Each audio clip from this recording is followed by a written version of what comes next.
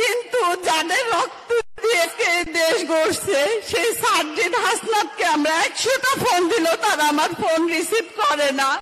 আমার বড় ছেলে মারা যাওয়ার 14 দিনের মাথায় আমার ছোট ছেলের ক্যান্সার ধরা পড়ে, সেটা দিছে যে আপাতত আমার ছেলে ট্রিটমেন্টে আছে।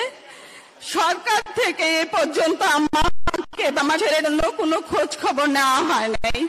এই মার্চের 18 তারিখে আমার হাজবেন্ড ব্রেন স্ট্রোক করে মারা যায়।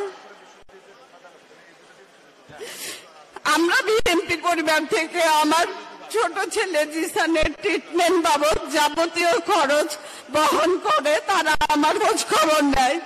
কিন্তু যাদের রক্ত দিয়ে দেশ গড়ছে সেই সার্জিদ হাসনাতকে আমরা 100টা ফোন দিলেও তারা আমার ফোন রিসিভ করে না।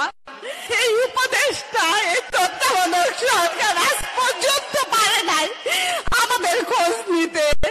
আমার হাজবেন্ড মারা গেছে আজকে 3 মাস।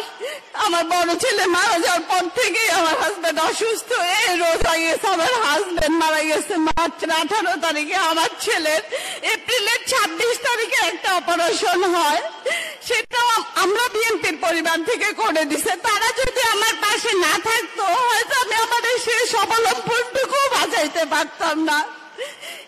এই শুক্রবার 4 তারিখে আমার ছোট ছেলের আরেকটা অপারেশন হবে। সবাই আমার ছেলের জন্য দোয়া করবেন, কিন্তু আমার ছেলে রক্তের